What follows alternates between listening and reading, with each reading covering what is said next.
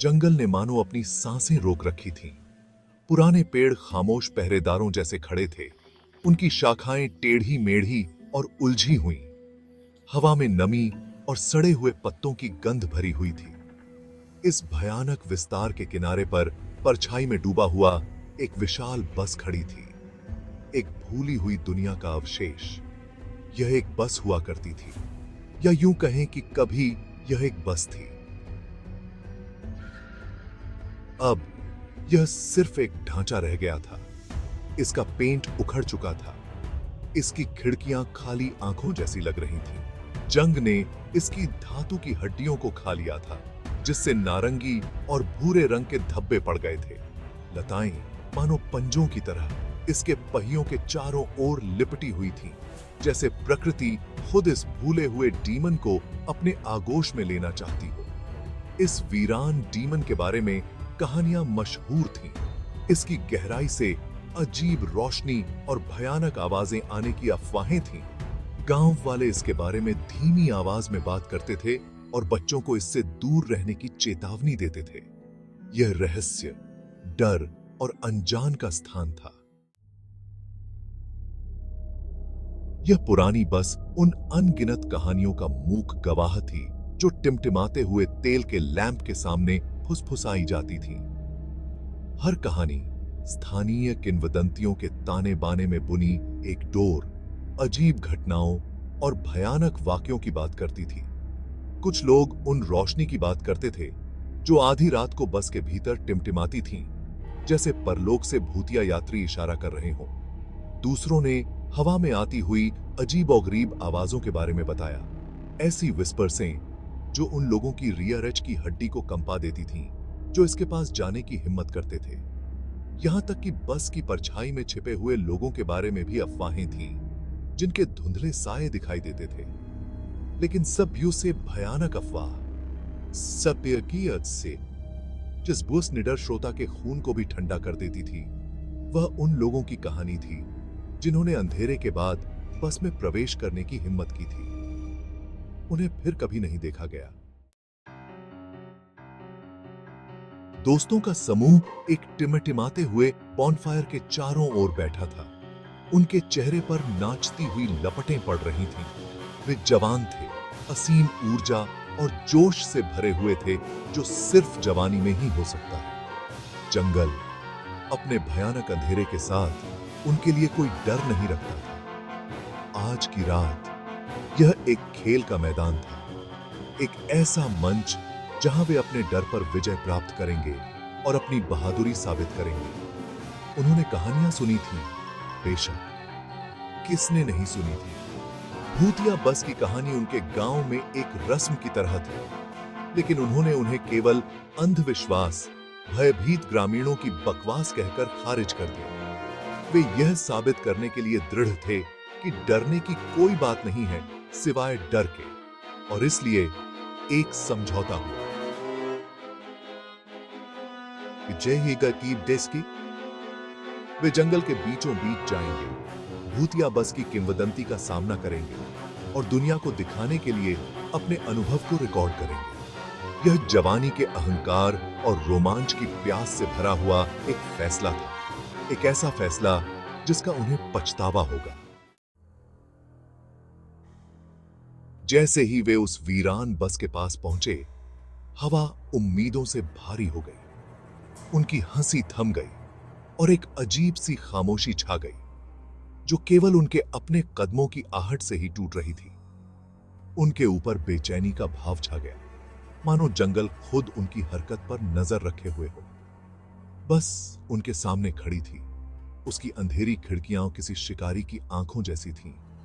एक गहरी सांस लेते हुए समूह के नेता ने चरमराता हुआ दरवाजा खोला और अंदर कदम रखा। बाकी लोग झिझकते हुए पीछे पीछे चले गए। उनकी आंखें डर और उत्तेजना के मिश्रण से फैली हुई थीं। अंदर की हवा बासी थी और सड़ांध की गंध से भरी हुई थी। सीटें फटी हुई थीं और फर्श मलबे से अटा पड़ा था। जैसे ही उनकी आंखों को अंधेरे की आदत हुई, उन्होंने अजीबोगरीब चीजें देखनी शुरू कर दीं। दीवारों पर अजीब से संदेश लिखे हुए थे, जो एक ऐसी भाषा में लिखे हुए प्रतीत हो रहे थे जिसे वे समझ नहीं पा रहे थे। हवा में एक धीमी सी कंपन हो रही थी और ओजोन की हल्की गंध उनकी नाक में गुदगुदी कर रही थी। समूह के लोग अलग अलग दिशाओं में फैल गए। उनकी टॉर्च की रोशनी अंधेरे को चीरती हुई जा रही थी, जैसे कमजोर तलवारें। उन्होंने हर चीज को रिकॉर्ड किया। उनकी आवाजें बस की खामोशी में गूंज रही थीं। एक एक करके उन्होंने अजीब और भयानक घटनाओं का अनुभव करना शुरू कर दिया। दीवारों से फुसफुसाहट की आवाजें आ रही थीं। उनके शब्द अस्पष्ट थे, लेकिन द्वेष से भरे हुए थे। उनकी आंखों के सामने परछाइयां नाच रही थीं, जो भयानक और विचित्र रूप धारण कर रही थीं। दोस्तों में से एक, प्रिया नाम की एक युवती, चिल्लाई और बस के आगे की ओर इशारा किया।